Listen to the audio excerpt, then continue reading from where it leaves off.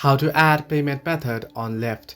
Hello everybody, welcome back to my channel. Today I'll guide you on how you can add payment method on Lyft.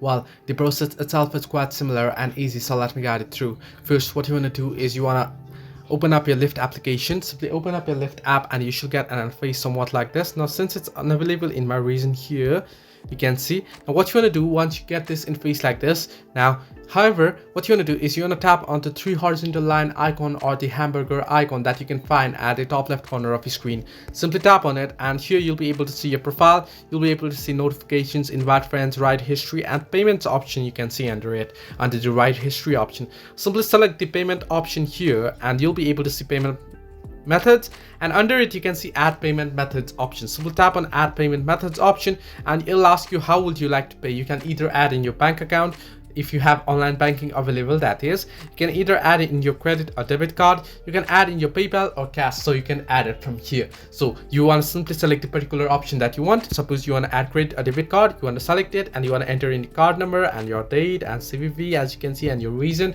and save it, and you'll be able to add it. So this way you can add payment method on Lyft. Hope this helped you. Do like and subscribe, and do not forget to leave a comment down below if you have any further issues.